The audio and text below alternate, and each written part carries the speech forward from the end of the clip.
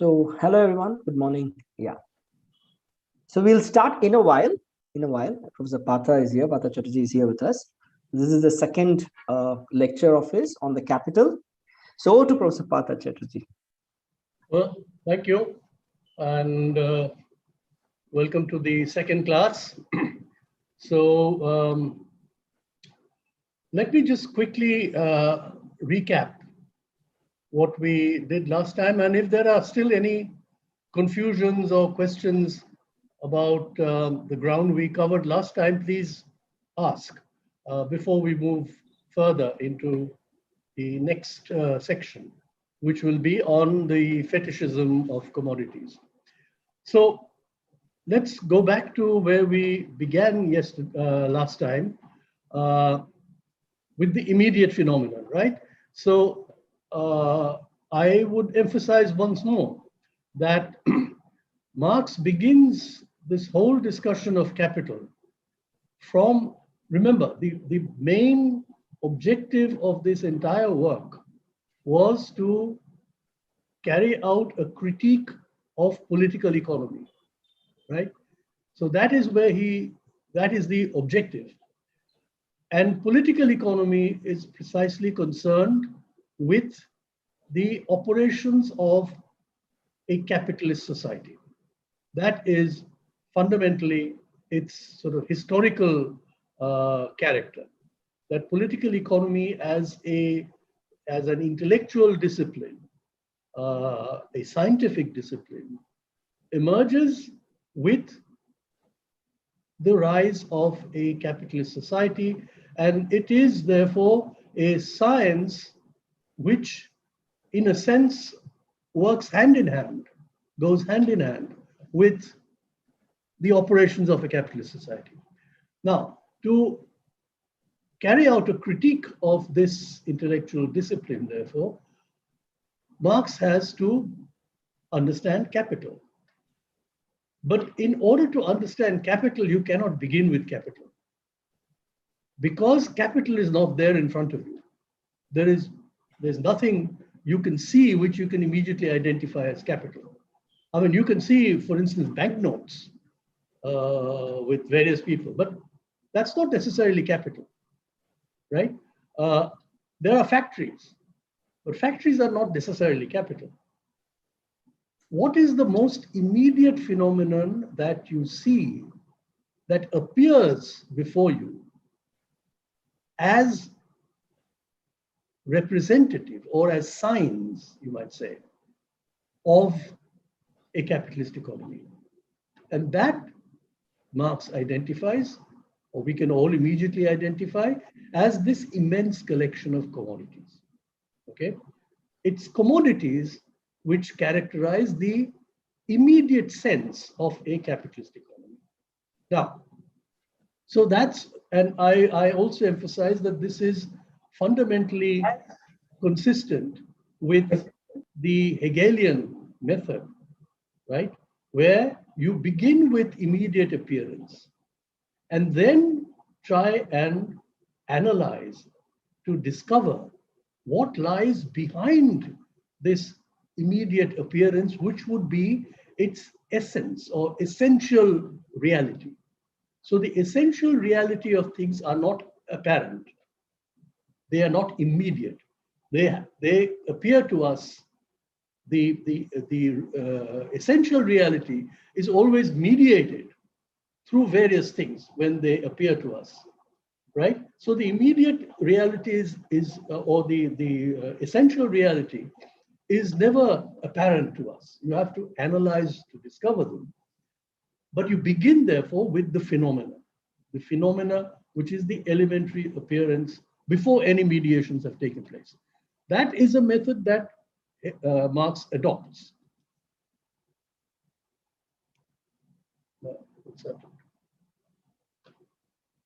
Okay. Now, then you come to when you begin analyzing, you make this distinction between these two aspects of a commodity. It must, first of all, be useful. That is to say, it must satisfy some human need, and it must be exchanged, right? Commodities are for exchange. They've been produced for exchange. And so you get these two values. They're not, strictly speaking, again, it is not the value of a commodity yet. We haven't come there. All we are seeing a use value and an exchange value, right? Now, the use value is associated with this use value is associated with the concrete labor, the concrete form of the labor that goes into the making of that particular thing. So you could take various examples, right? Each of them requires a particular kind of labor to produce it. Okay, as you give examples of tables and chairs and so on, that requires a particular kind of labor. If you think of a motor car, it requires a very different kind of concrete labor. The actual work, the actual skills, the actual training, the actual machinery, all of these things are very different. So how would you compare furniture with motor cars, right? In terms of their usefulness, they satisfy very different things. In terms of the concrete labor that goes into the production of those things, they are very different. And there's no way in which you can compare these specific concrete kinds of labor that goes into the making of different things. So if that were the case, then how would things be exchanged? How would they be equalized? Because every exchange involves some kind of equalization, right? The two parties who engage in exchange must have a sense that what they are exchanging are of equal value, right? How is this established when the concrete labors cannot be compared? And here then Marx moves to this abstraction, okay? What remains is human labor in the abstract, right? What is equalized, this is what is equalized when an exchange takes place. So in some sense, it does not have to be a conscious calculation, but in some sense, when things are exchanged, commodities are exchanged, what is equalized is human labor in the abstract, abstracted out of the specific concrete forms of the carpenter's labor and the weaver's labor and the motor mechanic's labor or whatever else. So this is abstract labor. Identical human labor power. What is it that is identical in every concrete kind of human labor? And that is abstract human labor power.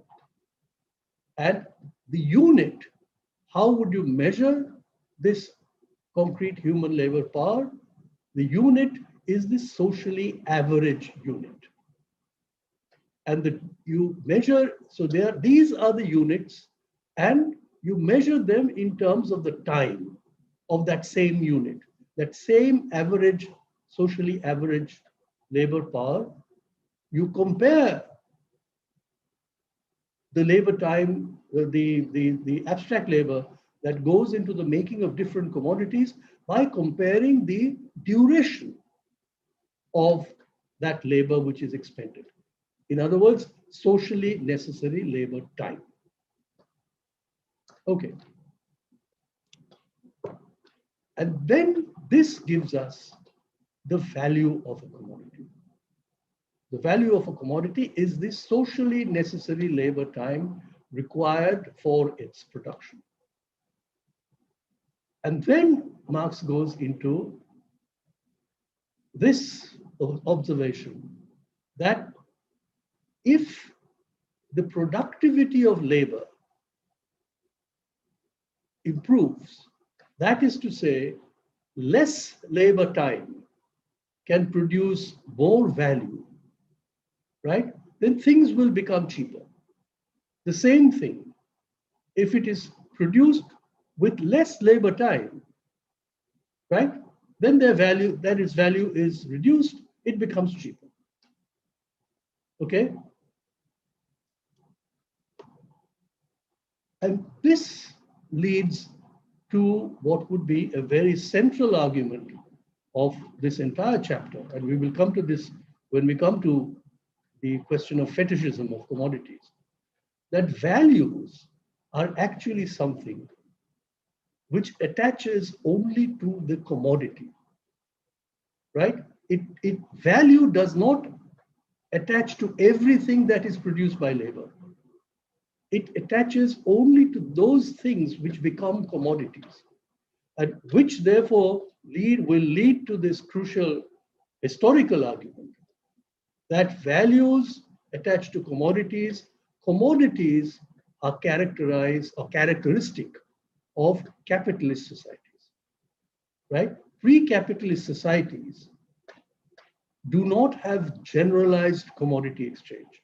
There may be a little areas where there is some commodity which is exchanged.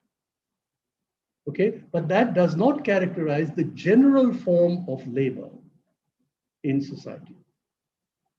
Okay, so this leads to these particular distinctions. For instance, things which are not produced by labor at all and yet can be useful, like air or virgin soil or natural water, for instance, right? They can be useful, they can satisfy needs, but they are not commodities because they have not been produced by human labor and therefore they have no value. Okay, things can have use value, they can be produced by labor, but they still may not be commodities, such as, for instance, when things are produced for self-consumption, right? I need something, I employ my own labor, I make it and I consume it. Yesterday there was a question about, and it was, one can see what is involved here.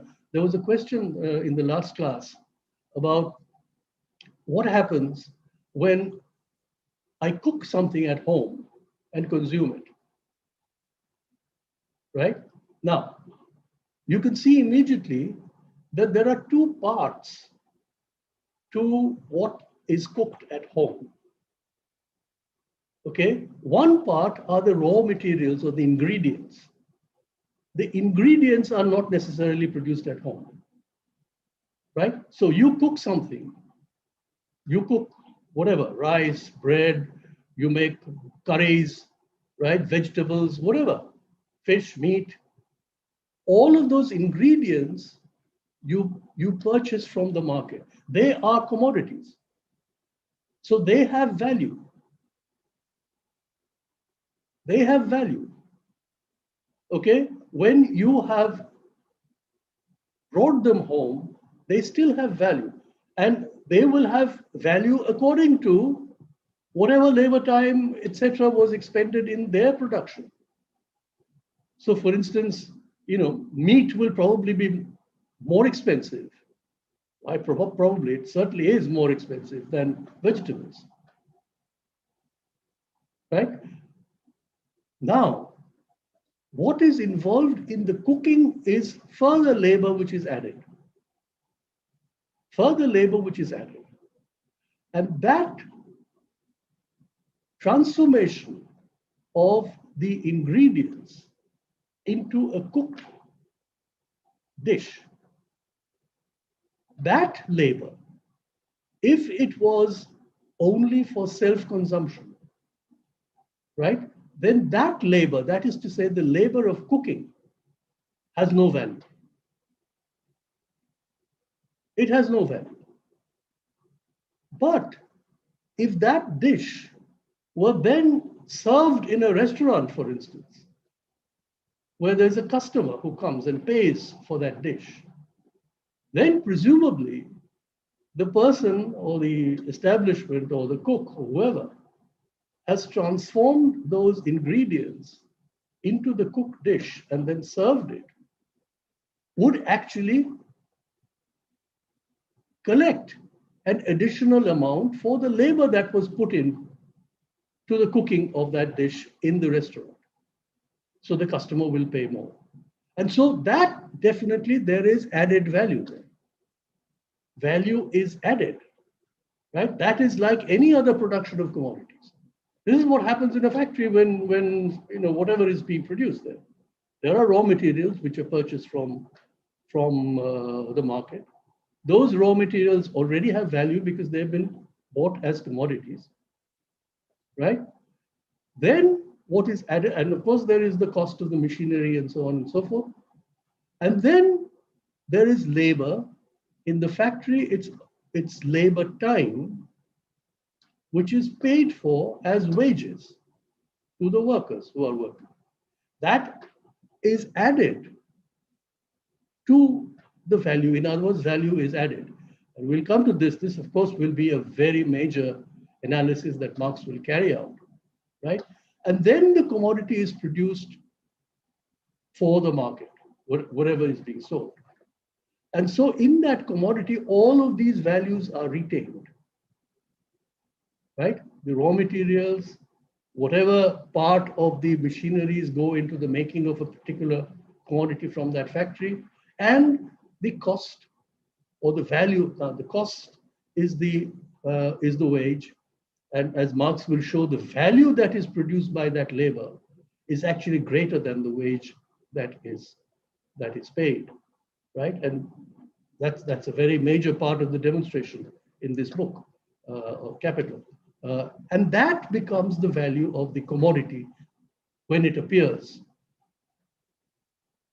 or when it enters the market, right? Okay, so self-consumption, therefore, that part which is for self-consumption, that labor, that commodity, which is, it's no longer a commodity, right? It's not a commodity, is that self-consumption part has no value. And then nothing can be a value without having use value. It must have some use, right? Okay. Then we begin this distinction, and this will carry out later on in today's discussion, that labor as creator of use values exists in all societies, but only in capitalist societies do commodities have value. We've already explained this.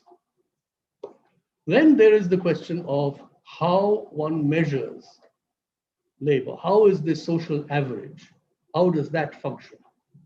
And here, Marx says there is a simple average labor in any particular society at a particular time. There can be more complex forms of labor, which require greater skill, greater education, etc., training. And so that labor actually in the same time produces greater value than the simple average labor.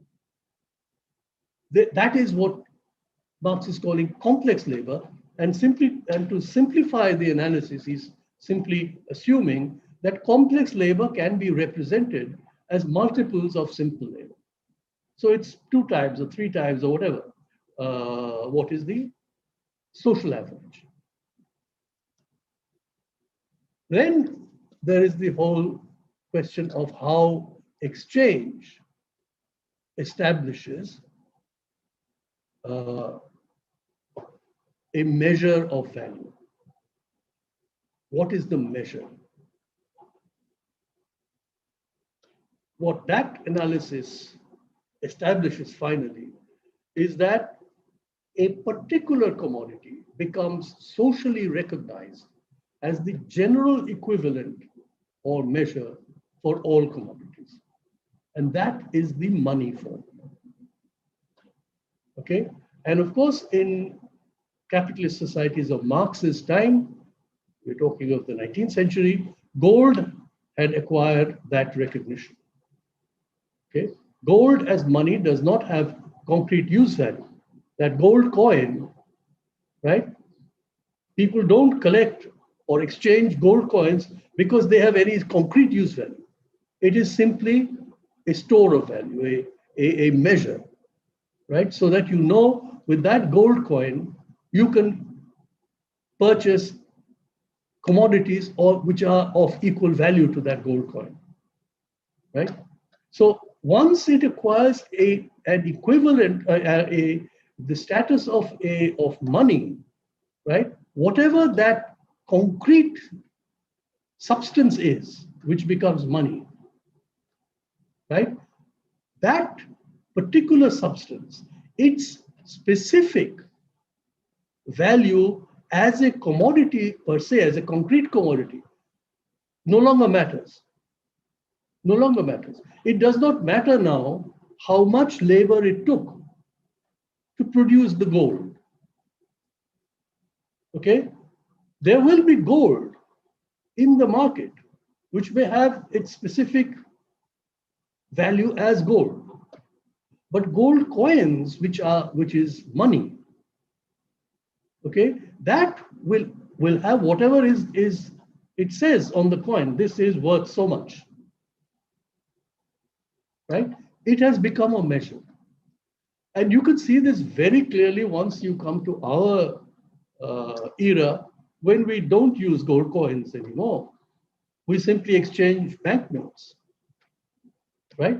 And of course, banknotes, as we know, all that a banknote carries. Of course, a 500 rupee note is very, very valuable for us.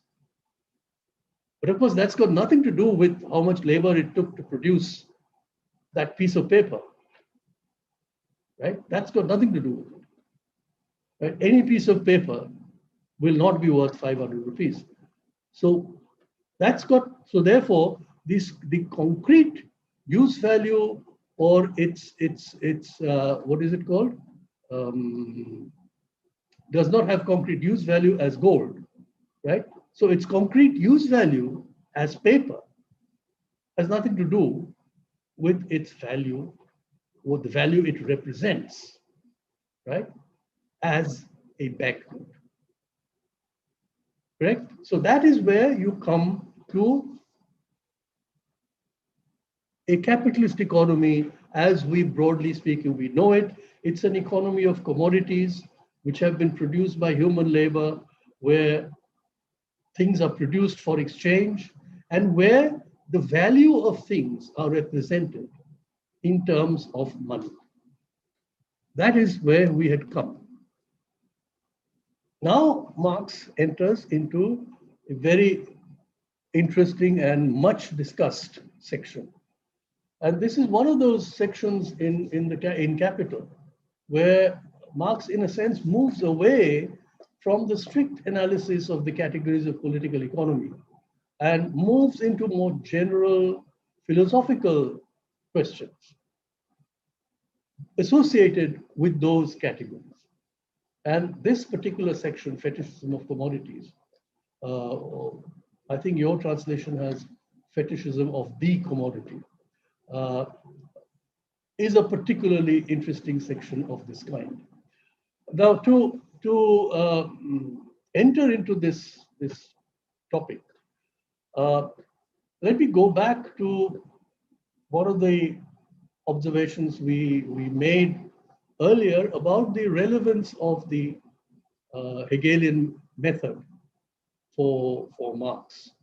Okay, as I said, that Marx adopts the sort of logic of Hegel, which is begin with the phenomenon or appearance, and then through critique, through critical analysis, right, move to discover what lies behind that appearance, the essence, which is the true reality of things.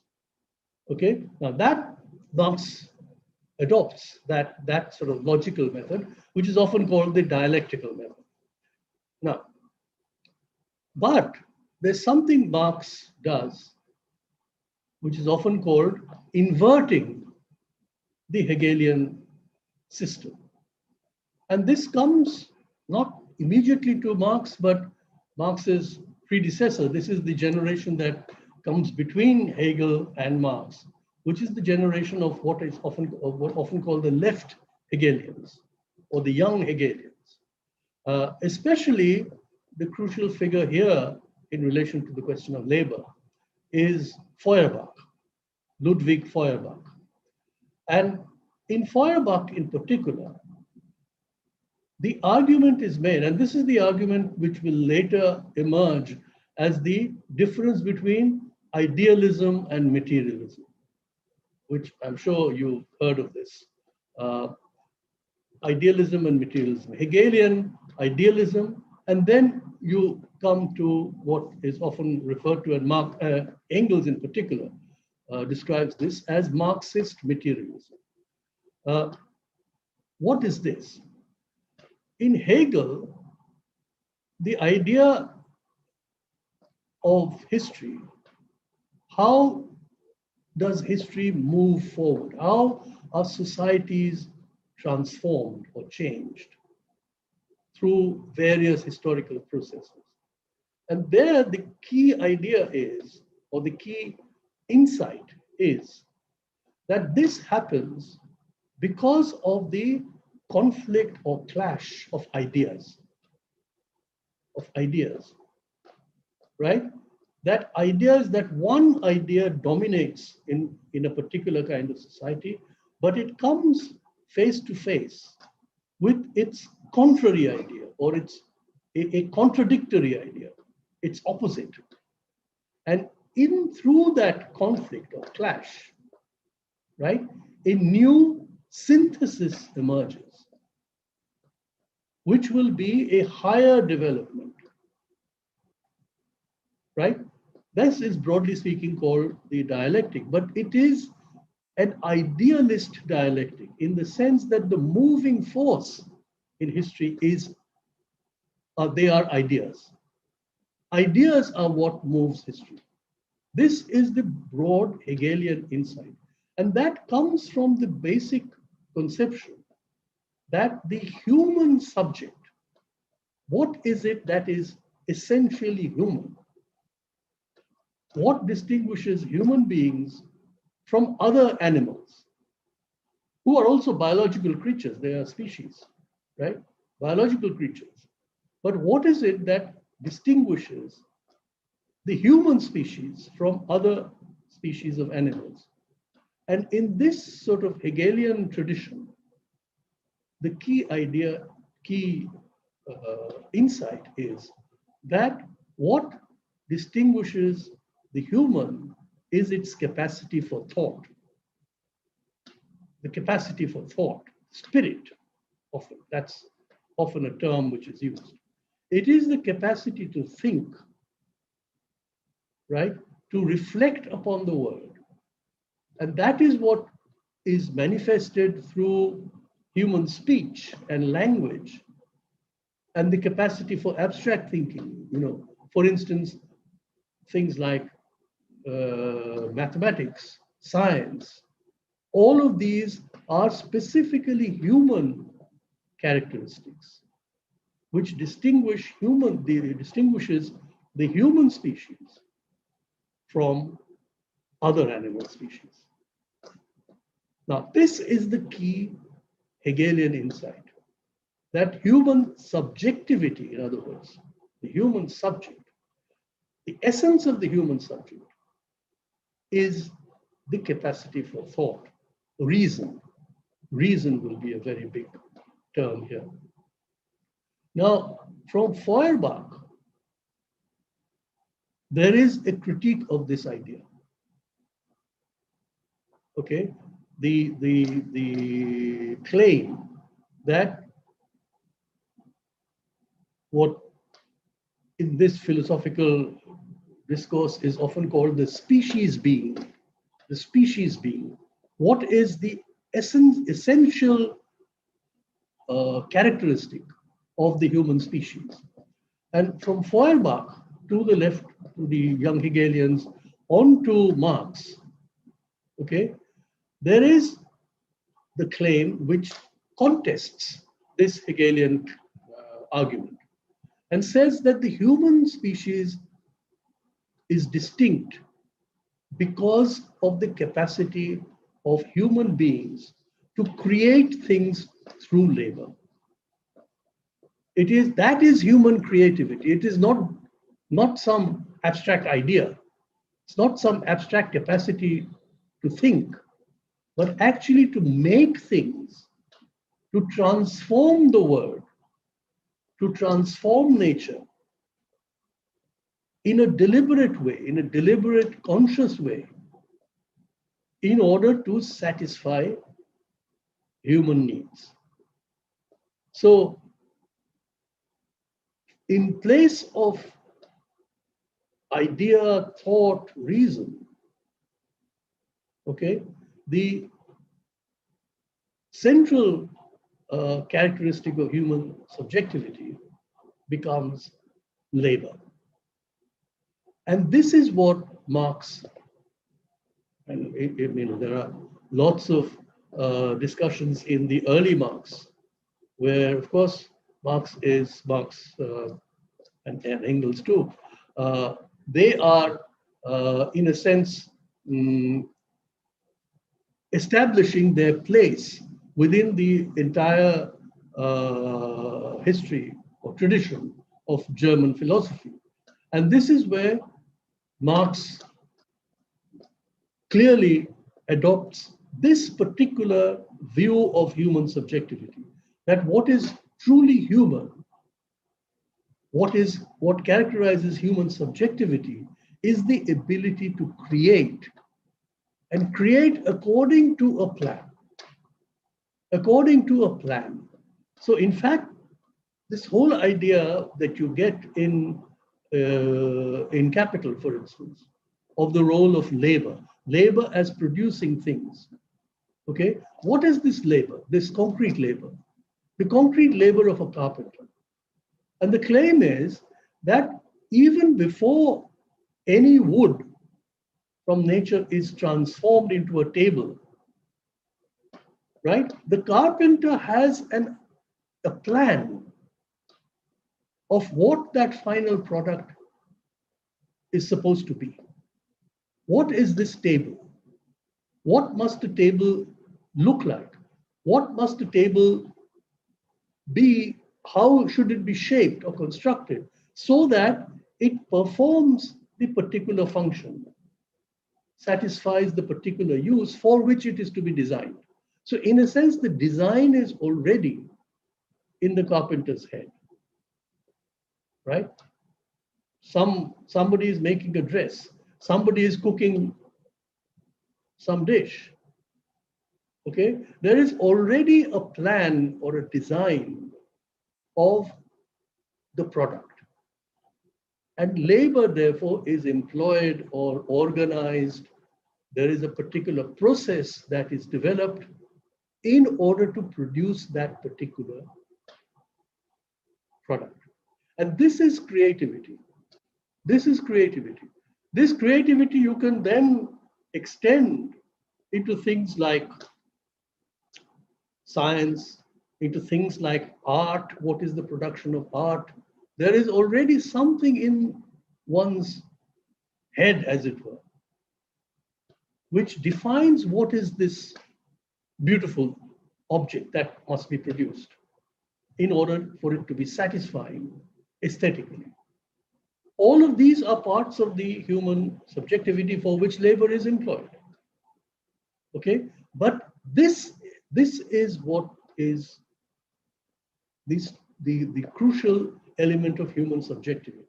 And this works into this particular section of the Fetishism of Commodities, where Marx basically will argue, right, that this idea of human subjectivity, the human essence, which lies precisely in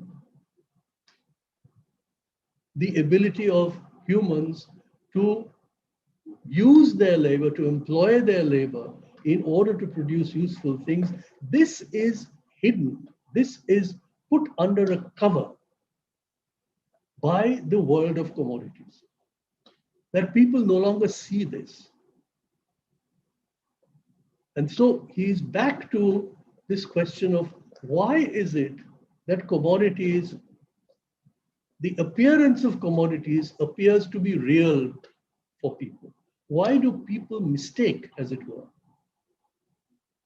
the appearance, the apparent world of commodities as its real nature? This is where Marx is going in this particular chapter. This is what he will call fetishism. What is a fetish? A fetish is to ascribe, right? It is to ascribe qualities, magical qualities, to an object, to an inanimate thing. Okay, and you can think of hundreds of things which even in ordinary daily life we regard as essentially fetishes. We call it, you think of things like tabiz, maduli, right, which are supposed to have particular magical qualities. Right? It's an object, but you ascribe qualities to it, magical qualities, which actually don't belong to those things as material objects. Think of all the things that hang in front of a motor car or a truck window, or the driver's window, right? All of those things. Those are fetishes. Those are fetishes. Because those are all objects which in their material nature, they have no magical qualities. They're like any other object, right? And yet, mysterious qualities are ascribed to them, and so they become fetishes. This is what Marx is suggesting, that in the world in the world of commodities, in a capitalist society, commodities acquire this mysterious character. Commodities, which are the products of human labor, appear to exist within social relations, not between humans, but between things. In other words, we think of commodities as having relations between themselves, between commodities, rather than being the products of human relations. So we say, this is more expensive than that, right? This commodity is cheaper but better than that. Okay? You compare commodities in terms of their apparent quality, by which they're supposed to be related to other commodities. Okay, so just as mysterious qualities are attributed to things by the religious imagination, making fetishes of them, so do commodities assume the fantastic character of being related among themselves by their exchange values. All right, you can think of any list of commodities that you can get, the sort of things that you will get on Amazon, for instance, right? Where you search an Amazon website, and under any range of things, you will get a whole series of pictures along with prices, and that is how you compare. That is how you compare things. And you say, oh, this has become cheaper. This is being given at a cheaper price by that company rather than this company, right? Is this commodity which is cheaper, is it really better? Or is it cheaper because it's a worse product? You go and do all of these kinds of comparisons, right? As though those were the inherent or essential characteristics of those things, that those commodities were related to each other, as if those were the social relations within which commodities were related, right? We just don't see that those commodities are actually related through the social relations between those who produce and how that production has taken place. That is simply not part of our immediate understanding, right? This is what Marx is calling fetishism. And then he goes on to ask the question, why does this fetishism arise? Where does it come from? How does it emerge? So here you will see that Marx will essentially be making, and this is a kind of social analysis of ordinary life. Ordinarily, how do people perceive reality? Okay?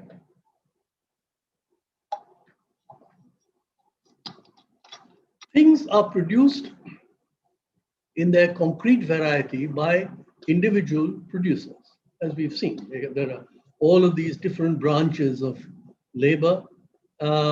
Each branch produces different kinds of things or commodities. The sum total of their labors is the aggregate labor of society. But the specific social character of each producer's labor is not shown before things are exchanged. Right? Before things are exchanged, okay, there is the specific character that this is carpenter, that is weaver, that is farmer, right? These specific characters and their differences and so on, it's only when things begin to be exchanged, right? So for instance, if everything was self-consumption, we'll come to this example later. If everything was produced, that is to say, think of a society, right? A small village community where every person produces everything that may be necessary for his or her needs. So that person produces her own food, her own clothes, right? Everything. Each of these things will require different kinds of labor, right? But the fact that those are actually different producers' labor, concrete labor, would never become apparent because, of course, there is no exchange there. It's only when somebody produces food and another person produces cloth and they come to the market because the one who has produced food also needs clothes, right, which that person has not produced. And he needs to find somebody else. This is where the weaver's labor, farmer's labor, is that these different branches, they become apparent. Now, exchange establishes a uniform social status of labor distinct from their particular use values. We've already seen this. This is where abstract labor is produced. With generalized exchange, and this is the key term in what characterizes a capitalist economy. It is not that there is no exchange at all in pre-capitalist economies, okay? But in capitalist economies, there is generalized exchange. Everything is produced, or let's say the vast bulk of production is for exchange. With generalized exchange, individual labor acquires a twofold social character. One, it must satisfy a definite human want and hence retain its concrete difference, right? We've already seen this. And two, it must produce things that can be exchanged, thus equalizing different kinds of labor by abstracting from them their common quality, which is human labor power, okay? But, and this is the interesting point that Marx is making here, this scientific discovery does not change the ordinary perception that products are different because of their inherent difference in value. Just as knowledge of the chemical composition of air does not change the atmosphere. Right? Now, this is a very interesting comment. It's just a small remark there. And many of the points, that observations that Marx is making in this section, they are sort of observations of this kind, because this is not, strictly speaking, the substance of the analysis in the book, right? It is sort of peripheral observations which have some philosophical meaning. But this remark is interesting because what it is suggesting, there are two things that is being suggested in this remark. What happens? So in a sense, the remark is about the nature of scientific analysis of reality, right? There is scientific analysis of reality. Things are being discovered by scientists, which people did not know earlier. So in a sense, it is revealing true reality, things that are behind appearance. But does the discovery of true reality, just the discovery of true reality, does that change the reality? This is the interesting question here that's raised. So, for instance, the discovery that air or the atmosphere, the air that we breathe every day, right? That the air consists of oxygen, carbon dioxide, maybe all kinds of other gases. As we now know, it also contains things like polluting substances and so on and so forth. Does that actually change the reality of the atmosphere? It changes nothing. So at one level, it does not change the reality itself. This knowledge does not change the reality itself. And secondly, there is a difference between the scientific knowledge and the ordinary perception. The scientific knowledge does not necessarily change the ordinary perception. Now, these are two different things. One, the scientific knowledge itself does not change the reality. Go back to the question I raised earlier of the difference between the Hegelian and the Marxist approaches, right?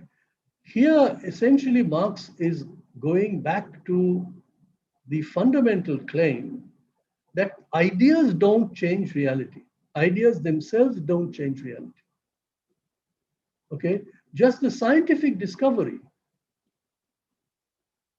of the reality of nature, the discovery itself, the thought itself, the idea itself does not change reality.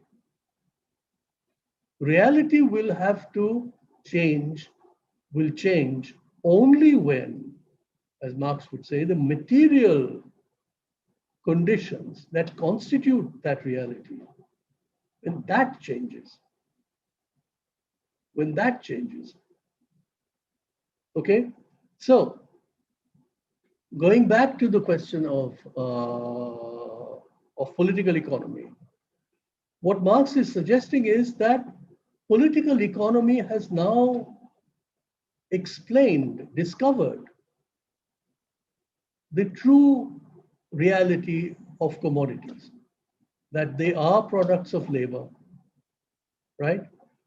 They are products of human labor, that the value of commodities lies in the value that is produced by human labor.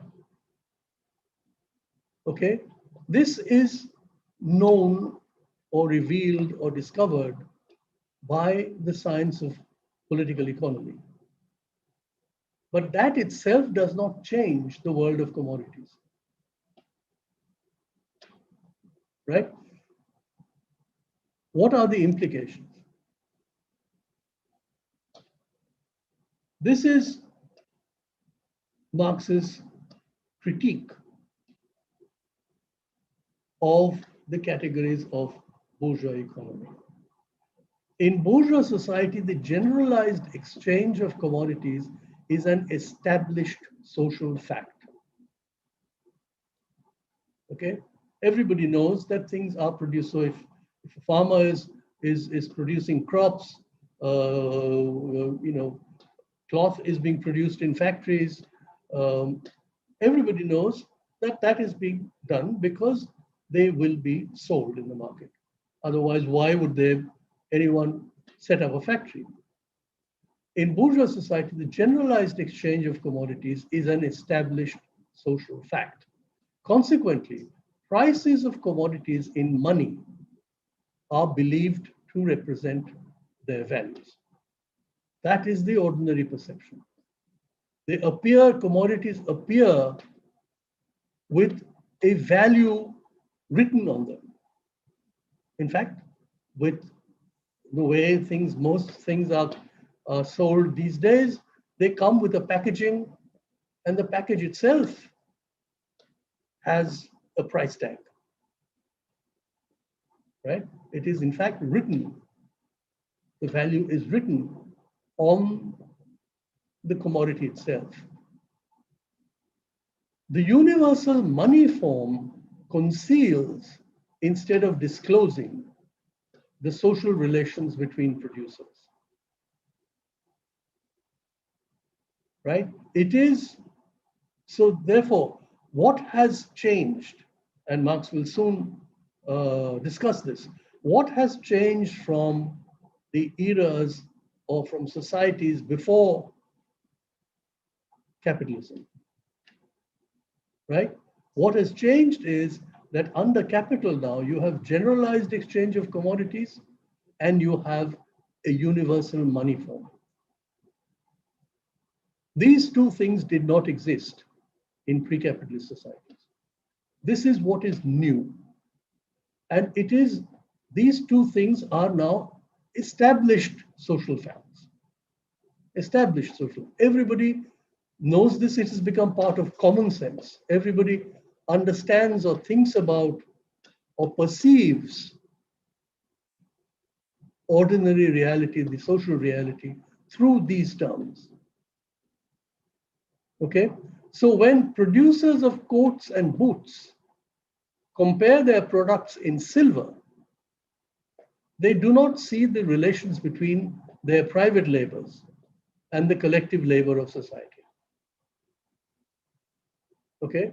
All they know or all they see is that I am producing coats, which is worth this. Right? Any questions so far?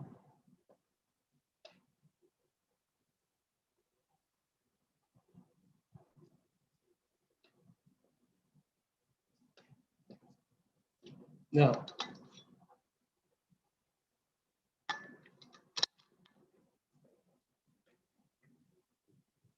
Marx then goes on to describe what is it that is involved in this particular way of apprehending ordinary reality in capitalist societies. What has changed from earlier societies? And here he refers to the story of Robinson Crusoe. And Robinson Crusoe's story actually is used a great deal in the 19th century political economy. That story becomes a very convenient way of trying to explain the nature of production and the production of commodities, especially the role of the entrepreneur, which of course was a key point of interest in the classical political economy. Who is this entrepreneur or the capitalist who organizes production and, in a sense, transforms whole society by constantly improving the techniques of production, making things cheaper, all because of the interest in achieving greater profits, right? So from Adam Smith, for instance, who discovered this in the division of labor, the idea that some owner of stock, somebody who has some stock of wealth, will invest that in a factory and employ people who would carry out a task through division of labor, right? The division of labor, I mean, Smith has this very, very frequently cited example of the production of pins, the very simple paper pin which we use to stick together bunches of paper. Smith describes this by saying, think of a single producer producing pins. So that person will have to take a long stretch of wire, cut it up into small pieces to actually work on producing the needle-like end, the pin end of, or at one end of this little piece that he's produced. He will have to polish this thing, package it, and to do all of this by himself, this single person, right, he would end up making 50 pins in one day. And then Smith said, but supposing somebody employs 5 laborers, and each of those 5 parts of the production process is separated out, and each laborer, one laborer only cuts up the wire, another laborer only makes the pin end, another only polishes, another only packages. And then Smith argues that by this division of labor, right, in one day, this person who has organized this factory of 5 people will probably end up producing 1,000 or 2,000 pins, right? That is the scale, and therefore each pin will now become much cheaper, right? This is the whole argument of what would be later called technical progress, the progress that the progress in the productivity of labor that is achieved through variations in the process of labor. So, I mean, for instance, now in factories, you will get this major change where you have a whole shop floor and a assembly line method of manufacturing. I don't know how many people have watched Chaplin's film Modern Times. If anybody wants to see what this assembly line production means, division of labor, technical progress, etc., that's a wonderful place to see it. So anyway, to get back to this particular question, what was particularly interesting about the Crusoe example was that this was seen to, in a sense, encapsulate the spirit of enterprise. That this, obviously, this Englishman who is shipwrecked and finds himself on this island where there's nobody else, has then to fend for himself and make things that would satisfy his needs. Okay, this is the spirit of enterprise.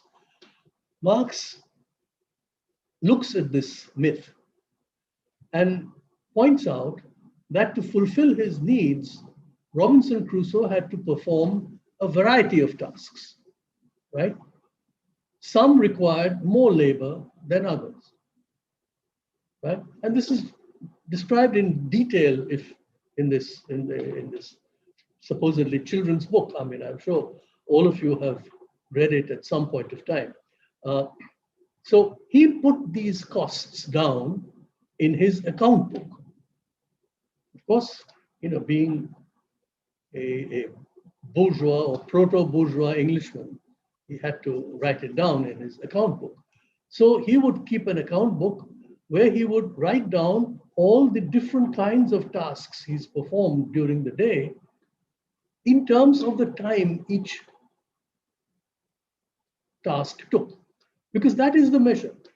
How do you measure one task from another?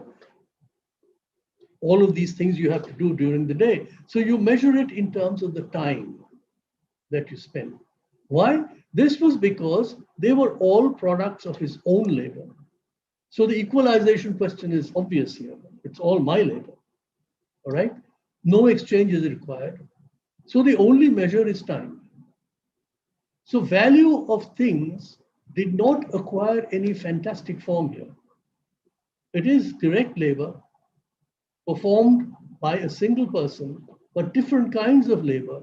The concrete labors are different, right? But the only way of measuring them is through labor time,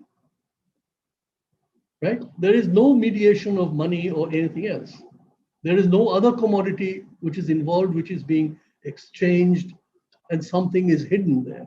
All of it is direct, simple, immediate, and you know, what are the values.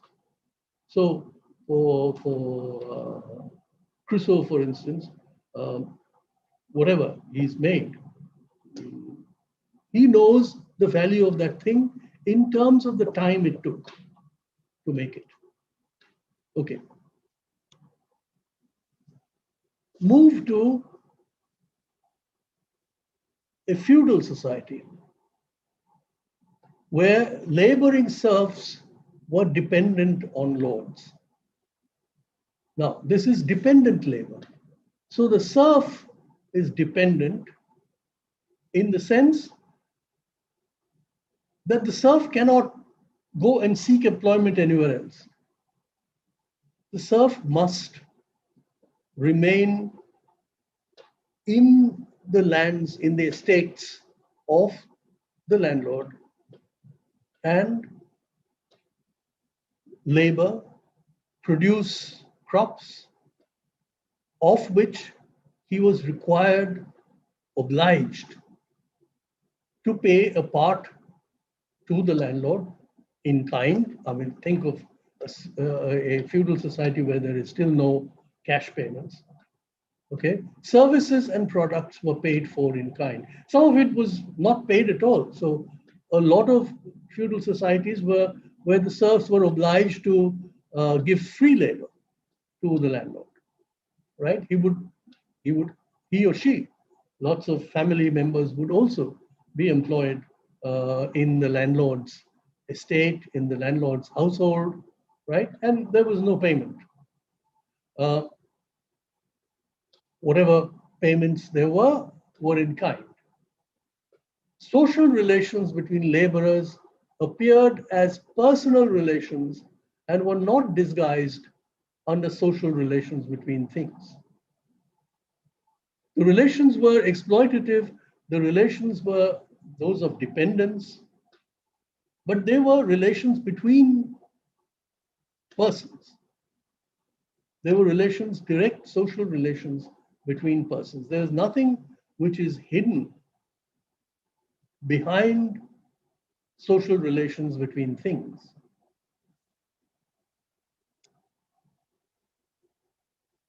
Marx also gives the example of societies where labor is in common. So labor is in common. So there is no individual enterprise, nor is there any relation of feudal dependence. Particularly, Marx is referring here to hunting, gathering, and pastoral societies. So nomadic societies, where labor is usually performed collectively. There are many different forms of distribution of the product. So there is collective ownership, there is collective labor. So the product belongs to the community as a whole, and then it is distributed through family, over families, perhaps even individuals, according to social status, abilities, and needs. So many of these things would be taken into account. And of course, this varies a great deal. Individual labor power is directly understood to be a portion of the common labor of society. Marx and Engels called this stage of society primitive communism. Primitive communism. Now, you have to remember that Marx is writing this in the middle of the 19th century, 1860s, when even in Europe, the knowledge of what would later be called anthropology, that was only just beginning to appear. In fact, one of the books that Marx and Engels read and were greatly influenced by was, that's considered one of the early classics of what would be called anthropology, which is Lewis Henry Morgan, Ancient Society. He was an American scholar, and he basically studied various indigenous American, Native American societies, and described the social organization of many of these communities. And he described this, and this is the insight of Morgan, he described this as the possible forms of all human societies everywhere in their primitive or ancient stage. There was the general understanding that Native American societies were at some early stage of social development. Somehow, because of the isolation of the continent, they had not been affected by the historical developments that had taken place elsewhere in the world. And so they had somehow retained this what was clearly then called primitive forms of social organization. Now, of course, ever since then, there's been a much, much greater knowledge and understanding of different kinds of societies in many different parts of the world, which were pre-capitalist, which were not feudal, right? And where there was a considerable prevalence of something in the nature of common production or common labor.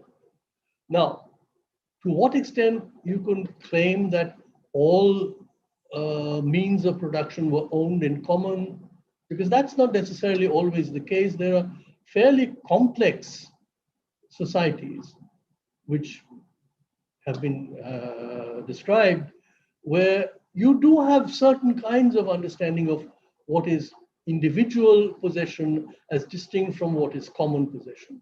There are certain things which are regarded as the preserve of families, and others which were the preserve of the entire community.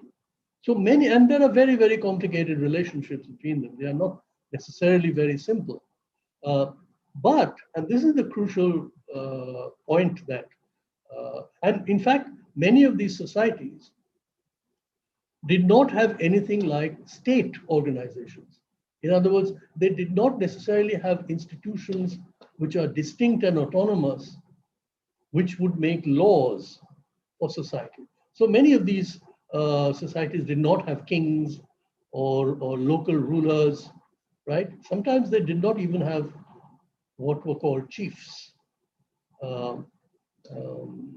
In many cases, it's the colonial administrators who came to these places, for instance, in large parts of Africa, for instance, East Africa, where it's the colonial administrators who invented chiefdoms.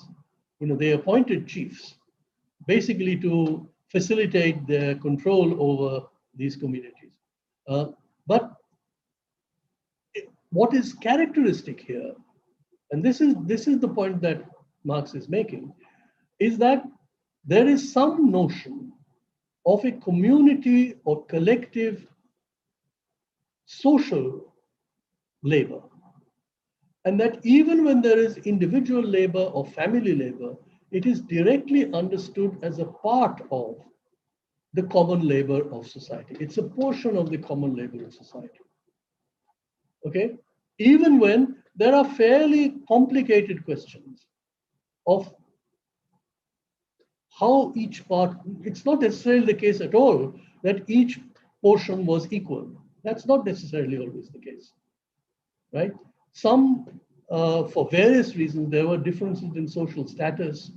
There would be difference. Age, for instance, was often a very important factor in many of these societies. There was a question of abilities. Some, for instance, there was definitely a consideration of people who were unable to work, either because of age or because of some disability, but they would be taken care of by the common labor. Okay, and of course there would be differences in needs, or that would often also recognized. So, and one very interesting thing that often happens, and many of you would be familiar with these sorts of institutional practices, which is the many occasions when there would be community consumption of the products of labor. Community, for instance, things like festivals, feasts, collective feasts, which are very common in many of these supposedly primitive societies. And the reason why they prevailed was clearly because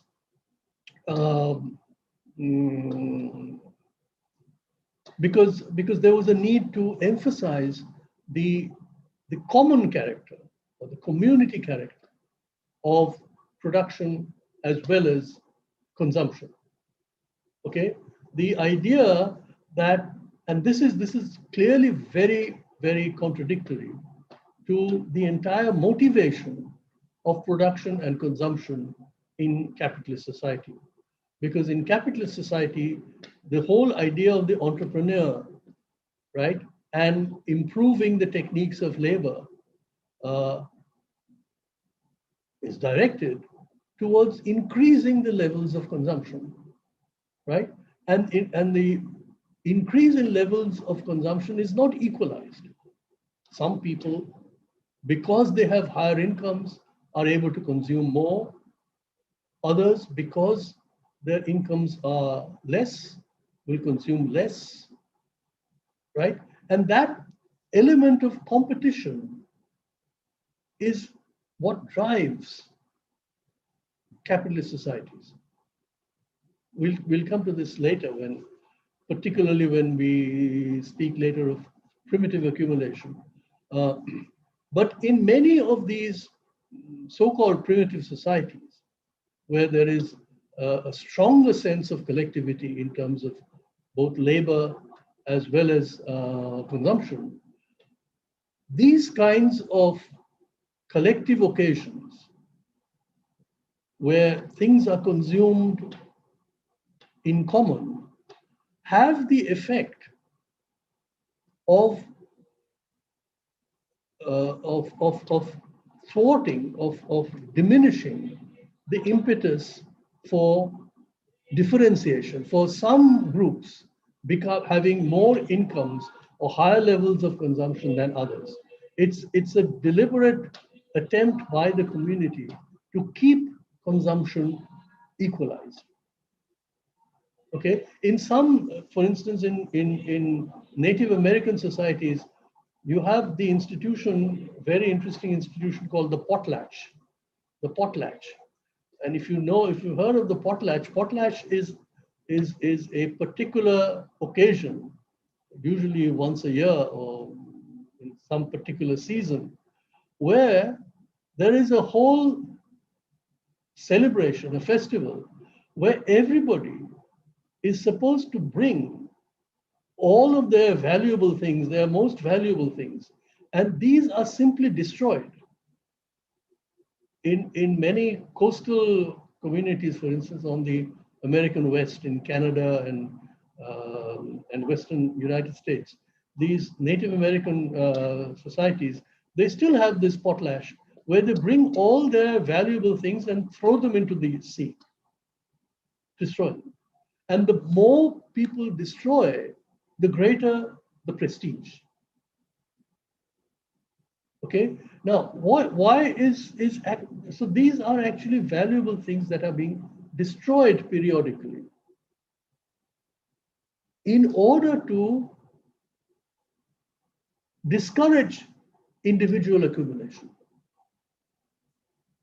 Because individual accumulation clearly would go against the idea of collective labor and every individual labor being a part, some legitimate part, some recognized legitimate part of social labor, common labor.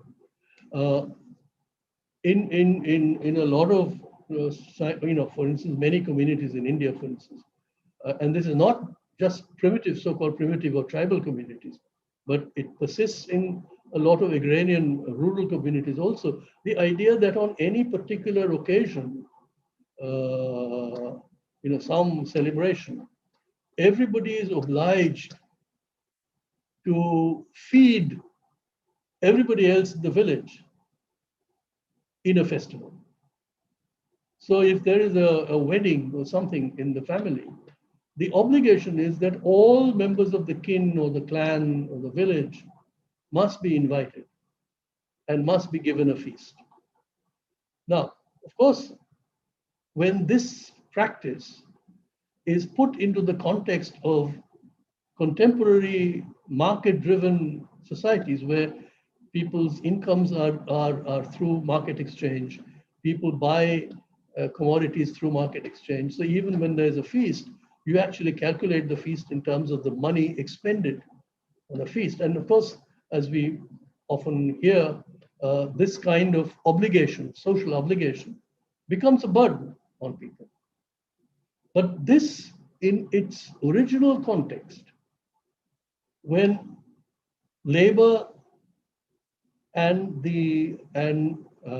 acquiring the products of labor was not mediated through generalized commodity exchange, through the market, it had a very different kind of effect, which was precisely the effect of discouraging individual accumulation, right? Individual accumulation, because any superficial or any extra accumulation in individual families, the expectation on the part of the community was that that ought to be distributed to everybody. You cannot accumulate. Being a part of the collective, you cannot have individual accumulation, which is out of proportion with what is recognized as legitimate portions of the common product, right? So that is what Marx is calling, Marx and Engels often call primitive communism. That's not a term that's used anymore.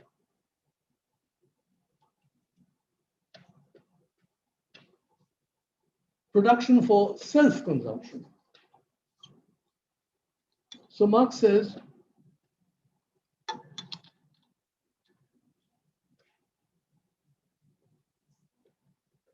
imagine a community of free individuals where means of production are held in common. Now, these are free individuals. They are not dependent. These are not serfs.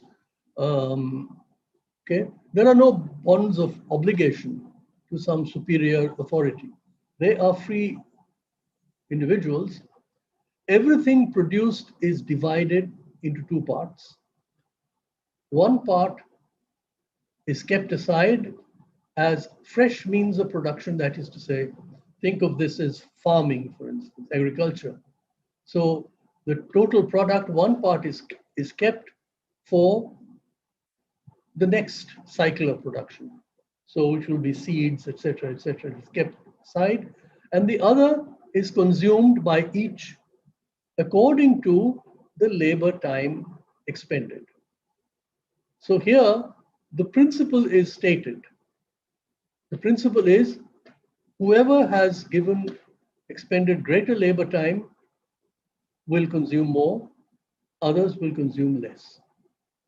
Now this, of course, Marx is simply abstracting, right, from what, broadly speaking, you could call a peasant economy, where peasants are free individuals. They are not bonded to anybody. Each peasant family has a plot of land which is owned by that family, right? Labor is expended on that, and whatever is produced belongs to that family and is consumed by that family. And so if there is a particular family which produces more, that family will consume more. Nothing is exchanged, nothing is brought to the market, okay? So social relations of both production and distribution are simple and self-evident.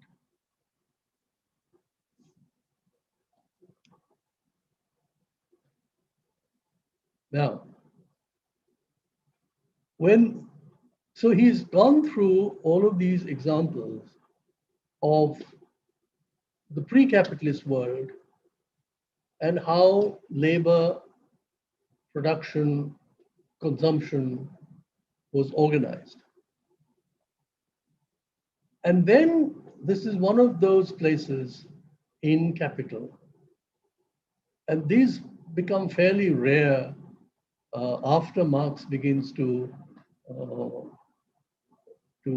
think and write about what is essentially bourgeois economy, the political economy, that his reflections on the question of religion, there are some of these fairly short, concise statements. Early Marx, there's a great deal that Marx wrote on the subject of religion.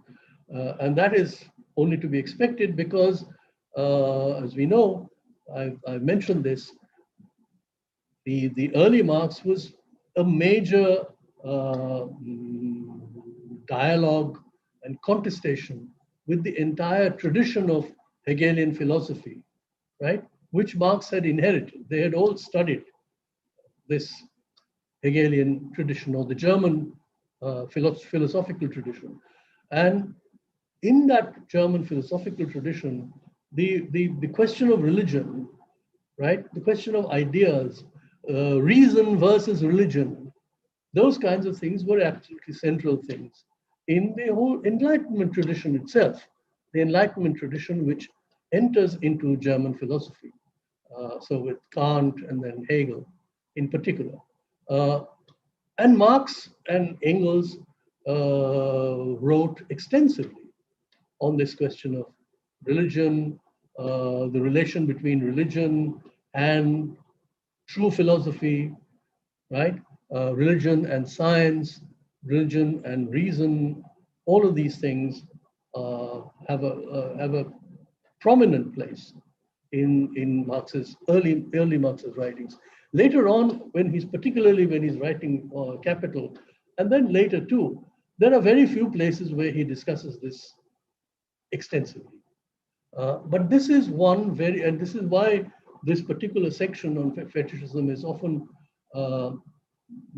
read and reread with a lot of interest to basically try and find out what Marx is saying, or Marx's thinking is, about the place of religion in a fully developed capitalist society. What is the place of religion, right? Because this is supposedly a society which values reason, which values science. It is the product of the Enlightenment, right? What is the place of religion? And this is one of the places where Marx makes very interesting and suggestive comments. Now you can lots of people, I mean, the debate has continued to this day, how to read these passages in Marx. So one of the things that Marx is saying, the religious world is the reflex of the real world. Now, once again, Marx is going back to, go back to the basic distinctions that we've made between appearance and reality, phenomenon, right, and essence. The religious world is the reflex of the real world. The real clearly here means some sense of the essential reality, which is not necessarily apparent, which is not necessarily phenomenal. Okay? The religious world is the reflex. Now, reflex is a very interesting term. It means a reflection. And a reflection, as we know, you hold a mirror, right? And left becomes right, right becomes left. Okay, the reflex has that quality. The reflex is not an exact reproduction. It's the obverse, right? So it's the reflex of the real world. In bourgeois society, where commodities are exchanged and private labor is reduced to homogeneous abstract labor, Protestant Christianity, with its conception of abstract man, is the appropriate religion. Now, this has lots and lots of interesting possibilities. What is Marx suggesting here? He is clearly suggesting that many earlier forms of religion, and he is clearly including forms of Catholicism, including sort of popular Catholicism, are no longer particularly appropriate for capitalist society, because precisely the idea that human labor is measured as abstract labor. Human labor has to be measured as abstract labor. So what is the nature of human beings here? And human beings, once again, becomes reduced not to their specific concrete individual forms of activity or thought or anything. They have to be equalized in society. All right? And so the human subjectivity is, in a sense, reduced to a certain abstract subjectivity. So you are no longer, so for instance, in earlier societies, and of course, if you think of caste divided societies in India, it's the easiest way to see this distinction. Because in caste divided society, subjectivity is identified with occupations, with concrete occupations. And that envelops the entire human person. So a human being belonging to a particular caste or two different castes are not regarded as equal or identifiable or comparable in any way. They are just, their subjectivities are different.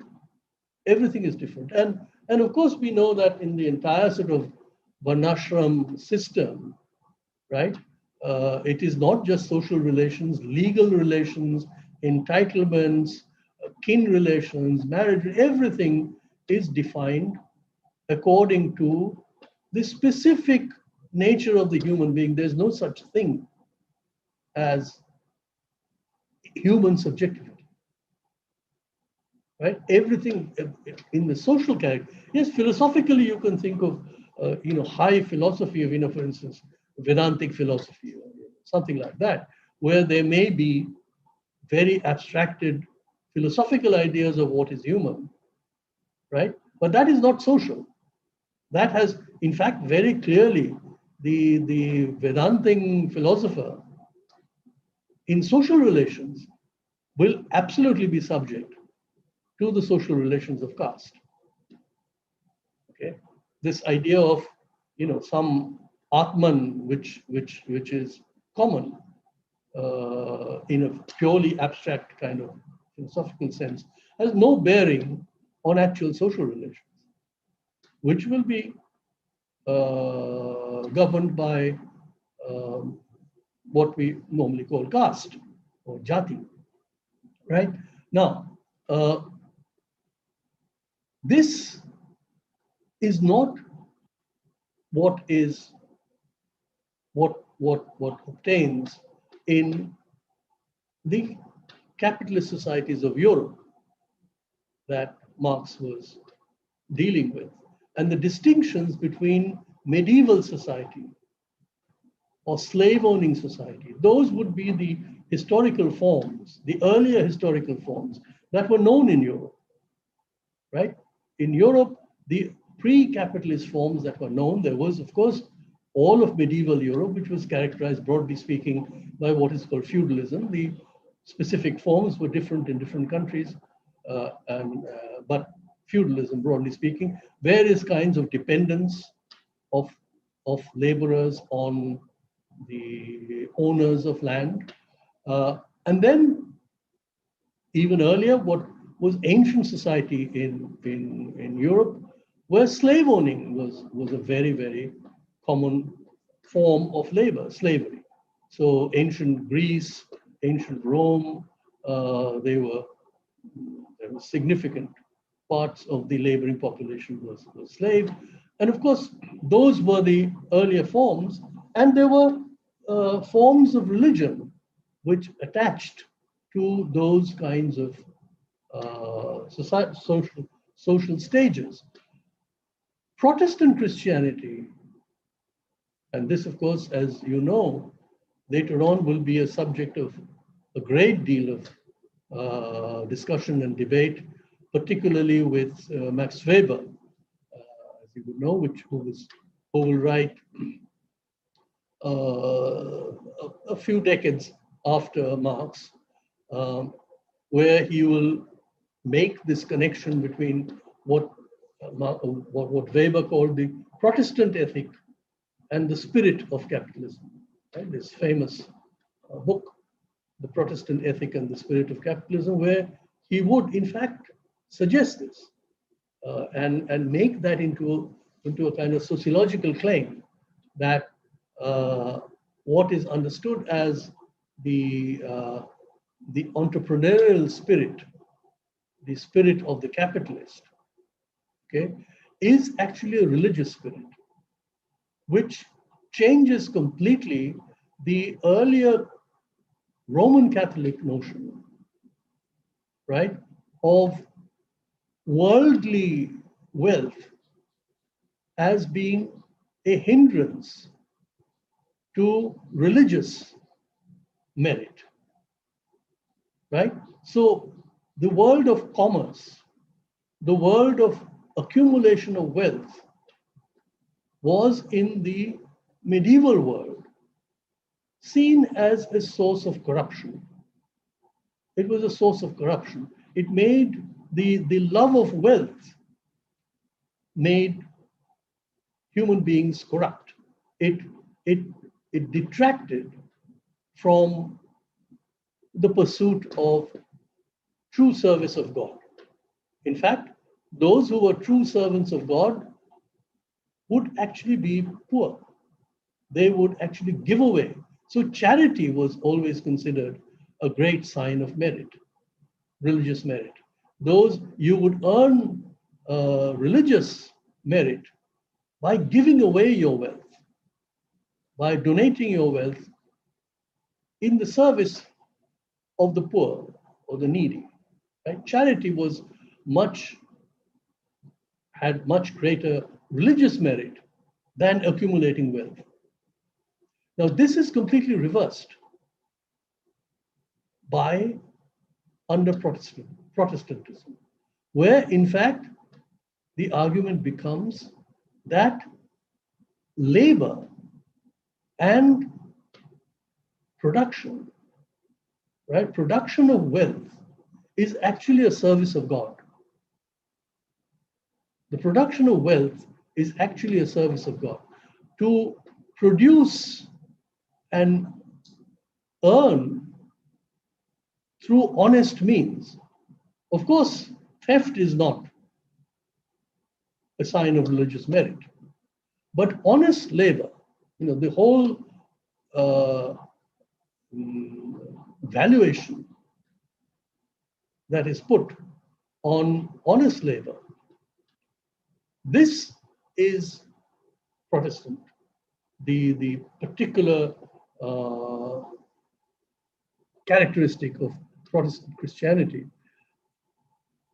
Marx is not carrying out the kind of detailed analysis that Weber would do, but there's been a lot of discussion later on whether or not this particular observation in Marx is in fact consistent with Weber's later analysis. And you can think about this later on. I don't know how many of you are familiar with Max Weber, but I'm sure you will come across Weber's discussion and book and the whole range of debates that have followed Weber's argument about the Protestant ethic, which continues to this day, because it's connected with questions like secularism and so on. All right. So Marx then says in the ancient modes of production, material relations between men and nature are narrow, right? There are only a small set of things that human beings can do in terms of transforming nature. So, for instance, there's hunting, gathering, there is the tending of animals, which is nomadic, pastoral societies. And then there is agriculture. Much of agriculture is it's not mechanized, it's fairly straightforward peasant production. Of course, you can say that it takes years and years to develop all the branches of agricultural production. There are a whole range and varieties of products, farm products that are produced, right? So in themselves, they may seem very complicated, but the range of techniques that are available to transform nature, they are narrow. And hence, ancient and popular religion has large elements of nature worship. Now, this is a very interesting kind of argument, which of course has much bearing on what would later emerge as the discipline of anthropology, this question of nature worship. What does that mean? In other words, in a sense, what Marx is hinting at or pointing to here is the direct nature, the direct relationship between humans and nature in pre-capitalist societies, right? Nature, humans, in a sense, and it's not something Marx specifically says directly, but you could draw the implication. The implication is that human beings are, in some sense, they see themselves as part of nature. That nature is not something that is completely separated from them. Nature is not something that confronts them, right? And you will see this in a lot of very standard anthropological assumptions. For instance, things like totems. If you know what totems are, where elements of nature are made part of human societies. Okay, so for instance, there are lots of communities where particular clans, particular families, sometimes even particular individuals are directly associated with particular trees or fruits or animals, something. And some kind of kin relationship is established between that clan and the totem. That is the totem. A clan has a particular totem. In many communities, these are actually physically set up to represent the totemic identification of a particular clan or group or family with a tree, for instance, or some object that is made out of natural products. Okay, you often have, and this, of course, you know even from agrarian societies in India, where, for instance, particular products of nature, fruits, for instance, vegetables, and so on. There are particular days or weeks or occasions when certain natural products are consumed or certain natural products are not consumed. You're prevented. You said you don't eat that on such and such a day, right? Many of these things are actually these totemic associations, right? That is where they come from. In a sense, human beings place themselves in relations with nature, in direct relations. Nature is not something that is separated out from human society. Only when material production of freely associated men is consciously regulated by them according to a settled plan will the mystical veil of religion be removed. So now, what Marx is actually saying is that when in pre-capitalist societies, human beings and nature are imagined to be within the same set of social relations, that is how primitive religion or the religion of pre-capitalist societies, that is how that religion, in a sense, mystifies the relation, the actual relation between nature and society, the real relations. In capitalist society, that relationship is mystified by the abstraction of human beings, because in capitalist society, human beings don't see themselves as part of nature. There is a separation brought about. And this is, of course, the whole revolution that enables the development of science and technology, right, as transforming nature. Nature is seen as confronting human beings. Nature is to be exploited, as it were, for the purposes of human consumption, of increasing human consumption.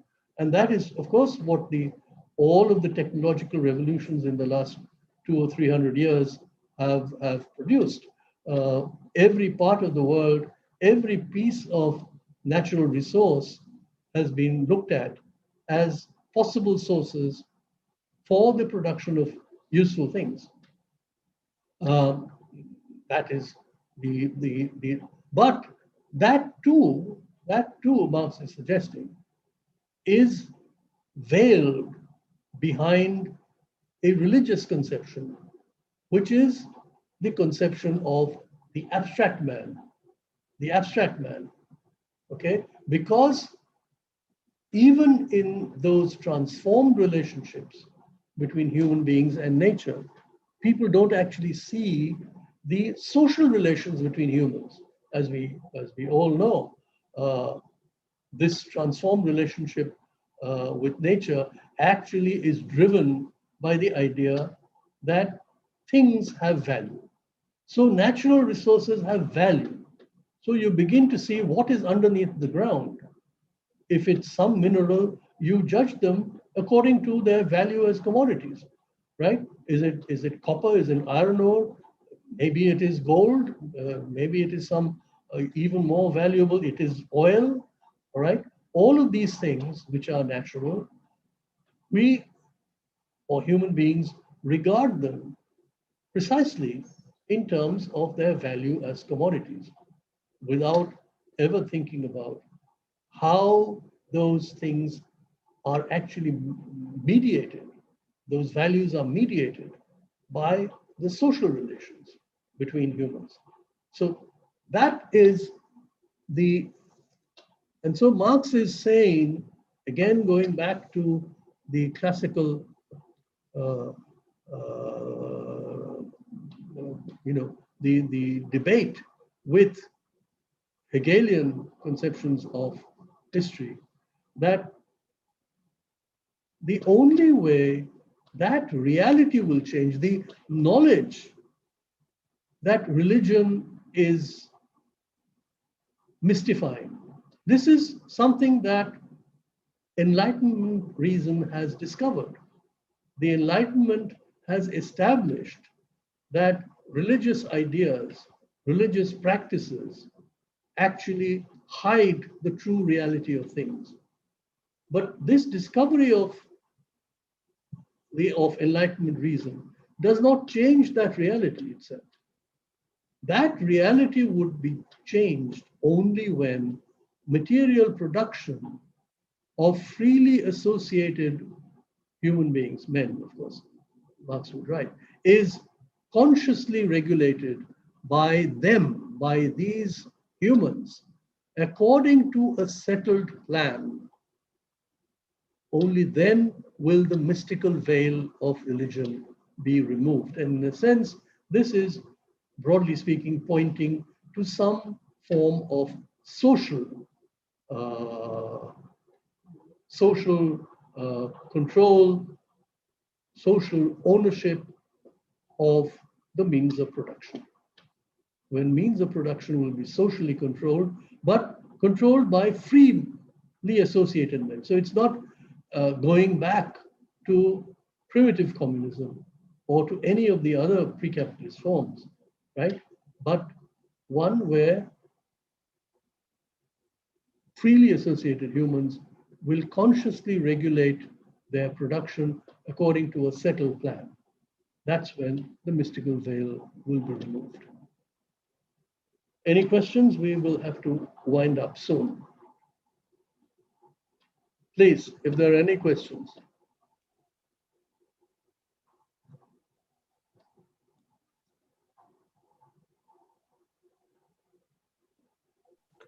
I think people who have issues with audio can also type in the questions in the chat. Please. And you can do it in English or Bangla, it makes no difference, please. Even Hindi is acceptable. Sir, sir, I have a question. Can you hear me? Yes, I can, please. Yeah, sir, about this thing, idea that scientific discoveries do not change reality or the perception of reality. But the perception of reality itself is an idea. So if, how can we say that scientific discoveries do not change our realities? Because whatever is, however, human beings act after the particular scientific discovery, that changes reality. For example, at one point of time, it was thought that the sun goes around the sun. That was an idea that changed after the scientific discovery, and many things changed after that. So that came from the idea. So I don't understand this part. Think about this once more. What changed actually with that scientific discovery, right? If you think of ordinary things, right? What was changed? Virtually nothing changed, because people always knew that the sun would rise in the east and would set in the west, right? That there would be seasons. Seasons there was a particular pattern in which seasons changed. The weather changed accordingly, and human societies organized, things, their production, their farming, their food habits. All of these were associated with this natural changes within in the natural world, right? That did not change with the appearance or the discovery of this particular scientific discovery. What did change would be certain kinds of technological innovations which would then make it possible. For instance, it certainly, it didn't even change the let's say things like sea voyages, right? Okay. In the earlier world, don't forget, Columbus went all the way to the America thinking that by traveling, that he was actually reaching India, right? How did that happen? He clearly, and this of course was the perception, that people had a certain, and again, this is the distinction between the practical apprehension of the world and their scientific abstraction, right? There were sailors who sailed the seas, even though in their religious world, they believed, many believed completely wrong things about Yes. the actual nature of the world, right? But that did not mean that their practical actions were necessarily wrong, Okay. right? Okay, They, sir. they developed various practical ways by which they knew this is what you would have to do in order to navigate the oceans, for instance.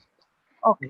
What So, developed with the scientific discovery were precisely now the conscious development of techniques, the conscious development of new techniques, new technologies, which were directed by the employment of these new scientific discoveries in the world of technology. That is what would change. okay. Okay, sir. Uh, and another question, sir, I had about the Marx's notion of the centrality of human subjectivity being creative labor instead of idea, the Hegelian concept of the ability to think. Uh, how is that different from the creative labor that animals put in to change their environment, to make nests, to do things, to meet their needs? That is also putting in labor, right? Sure. It's not that human beings start being human beings only after capitalism emerged. Sure. And that is obviously a very, the classic example which was often discussed was the example of bees and ants, right? Where even there are collective labor according to a particular plan, right? Uh, the important difference is that bees and ants did not do this. The distinction is between instinct and conscious thinking, right? Okay. When something becomes, and this would be the general argument in this case, that bees and ants behave that way, work that way. It is labor. You could say, of course, it's labor. And many animals do this when they build nests or even when they go hunting, for instance. That is labor. But they do this not according to the conscious plan, which has a certain apprehension of the world, and they're able to change their techniques according to new circumstances, right? Okay. They can, in other words, they can imagine a product which is not even in existence, Okay. and work to produce. That is creative labor. Okay. That is But creative labor. Yeah. isn't that also again centering Hegel's notion that we can think, that's why we are distinct, because we are thinking, Absolutely. imagining? The difference is this, that you can think a product, right? To bring it about, to actually produce it, will Okay. require social relations. Okay. So I can think of the aeroplane. Okay, Okay. you could argue that Leonardo da Vinci imagined an aeroplane, right? But it took American entrepreneurs to actually build aeroplanes as commodities, Okay. right? Okay. Okay. Okay, sir. Thank you, sir. All right. Let me just very quickly, because these are not topics we will cover in the rest of the book.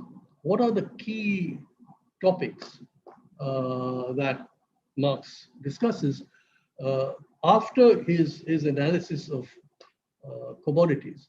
Moving on, buying and selling of labor power is a particularly important topic because this is again what is characteristic of capitalist societies, an essential condition of capitalist production, which is when labor power becomes a commodity.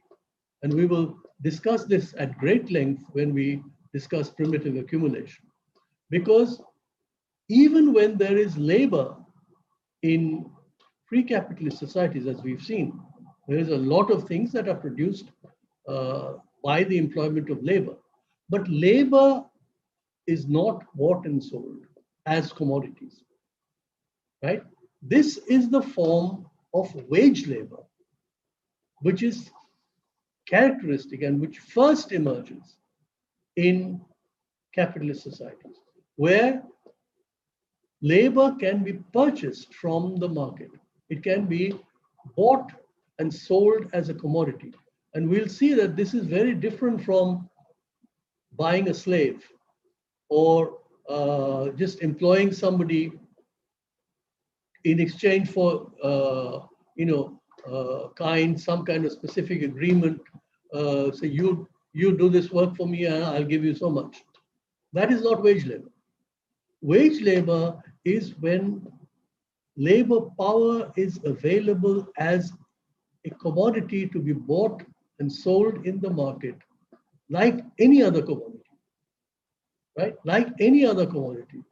And this, as Marx will crucially argue, can only happen if there is a class of people in society who have no means of production of their own, right? Where the only property they own is their capacity for labor, nothing else. They cannot, in other words, they cannot satisfy their needs with their own labor because they do not own land, they do not own the implements of production. And so the only thing they can do is sell their capacity for labor power, that is, as wages. So that's the next crucial argument that Marx will make in terms of analyzing capitalist production. Then, of course, the production of surplus value. How do capitalists make profits? Because if everything is bought and sold according to their exchange values in the market, right? So I just mentioned this earlier. A capitalist who set up a factory, who buys raw materials, he's bought all the machinery, he employs wage labor, pays them wages. The product belongs to the capitalist. But if the product is exactly the sum of all of the values, right, that are represented in those elements, including the wages, then how is that product to sell at a profit? Right? The value must be exactly the same as the values of all of the inputs. But that is not the case. The capitalist actually is able to make a profit, and which is why he engages in that production in any case. Where does that happen? And this is what Marx calls surplus value. And this goes back to this crucial approach that Marx has employed, which is the capacity of creative labor or human labor to produce value. And the crucial demonstration that Marx will make is that the exchange value of labor power, the price of labor power as a commodity, right? The price at which it is purchased, that is to say the wages, is less than the value that is actually produced by that amount of labor power. In other words, the worker working for a day will produce more value than the wages for a day. And that difference is the surplus value. And Marx has a whole set of chapters to discuss how this comes about. How is it that the worker is paid at a fair exchange? There's nothing wrong. This is not theft, right? There is no subterfuge here. The worker is paid at the market prices of labor power, which is the wages. Labor power as commodity.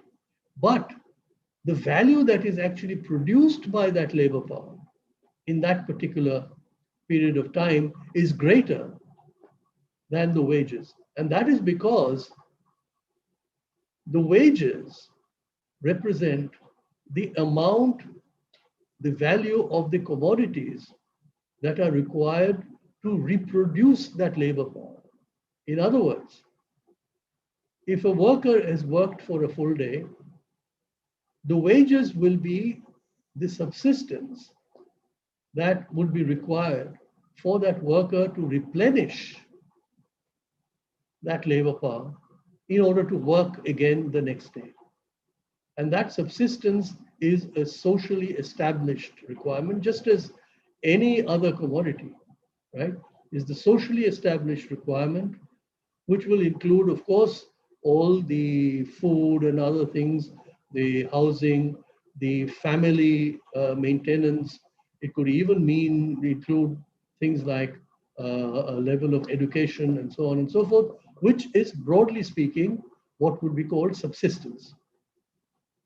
That subsistence is provided for by the wages, which is the value of the commodity. But what is the value that is produced by that employment of labor is greater. And that would be called surplus value and is received by the capitalist as profit. Then there is the whole question of how capital is accumulated. So all of this analysis is just for one period of production. What happens when capital is a process from one period of production to the next and so on, and how is capital or the capitalist, how does the capitalist accumulate capital for investment in the next period?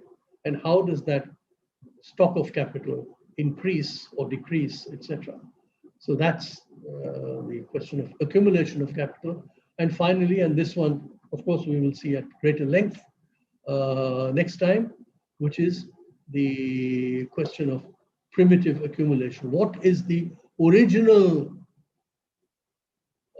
form of capital that enters into capitalist production? Where does that come from? And what are the conditions?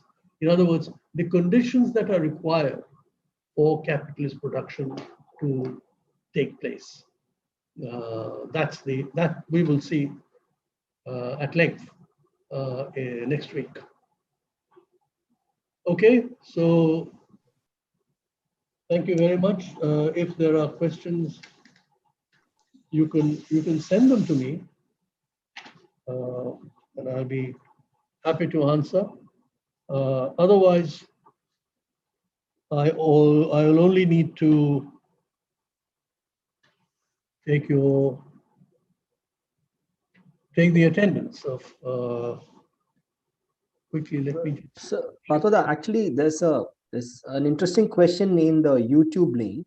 Yes. And one of the, I think viewer also asked for clarification. I think they can watch it again, clarification of something. But I think the question that is posed in the YouTube link is on the gift economy systems. And the person has compared this with, in gift economy systems, which operate within capitalist structures, for example, people contemporarily share memes on the internet. Can these kind of exchanges fall under generalized exchange, since there is also a logic of capital governing these exchanges? This is, I think, digital age, I think, kind of a question. There are two things you have to think about in terms of gifts in capitalist society. Now, in capitalist society, one very interesting thing is that even when gifts are actually purchased from the market as commodities, when they are gifted, there is an attempt to hide the fact that they are commodities. So one of the first things we do when we, let's say I buy something in order to present it to somebody, one of the first things I will do is take off the price tag, take off anything that suggests or directly points to the fact that it was bought from the market, even though everybody knows that is what it was, right? Why do we do this? To essentially to separate out the gift from a market transaction. So when I say I am gifting somebody, I want to emphasize, particularly because this is a society where commodities are for exchange in the market, I want to hide the fact that what I am giving is not a commodity. And I don't expect something in return. I don't expect an exchange. Now, even then, there is, and this is, of course, I mean, there's a lot of anthropological and other sort of cultural studies kinds of work on this kind of gift exchange in contemporary societies, right? And you can think of many complicated questions that you can raise, because even when I say that I am giving this as a gift and I don't want something of equal value in exchange, in social relations, we often, in fact, do observe a kind of practice that we must return something, a return gift, and that return gift should, in some ways, approximate the value of the gift that was given to me. All right. Now, why do we do that? So, in a sense, this is a very interesting. I mean, there's a whole literature in anthropology on gifts and gift exchanges. There is also the other anthropological literature, which suggests that what becomes commodity exchange finally actually emerges out of gifts, a gift economy. In societies where there is no generalized commodity exchange, there is perhaps not even money, right? But there is an exchange economy where there is an assumption that something that is gifted has to be returned. And that is where you begin the investigation into the exchange, what is being exchanged, what is being equalized in gift exchanges. And there's a whole literature on this. Marcel Mauss was one of the early pioneers of this literature, but lots of people have written and ethnographic studies on this.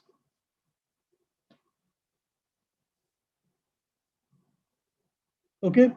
So let me just check if I can find the Sir, participant. could I just ask one final question? Yes, please.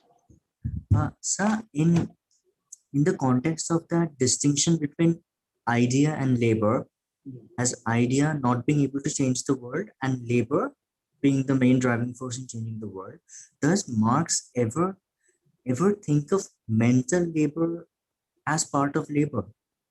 See, that's a very important question, which is continued to be discussed even within the sort of broad framework of Marxist political economy.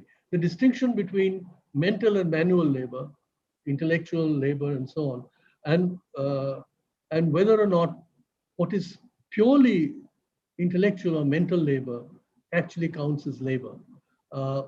In Marx, there is a very clear distinction between what is called productive labor and unproductive labor, right?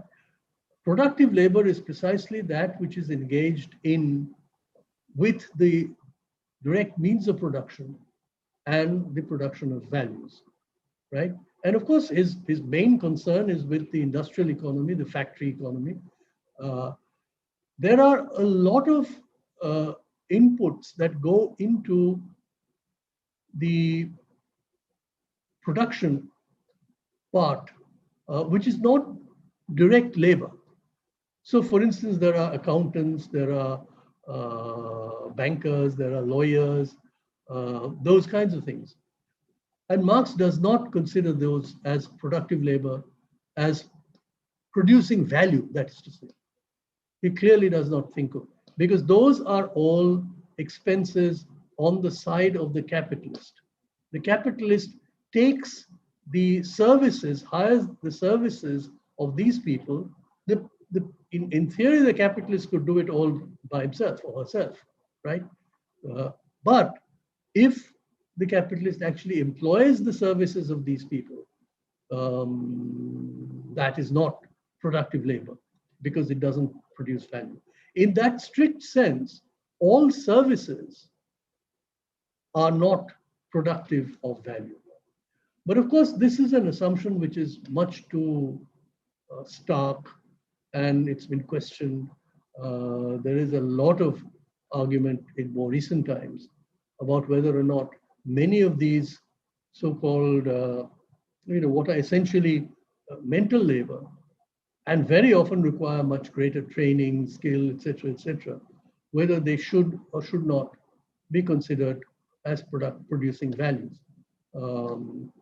But as I said, that in Marx, there seems to be the clear understanding that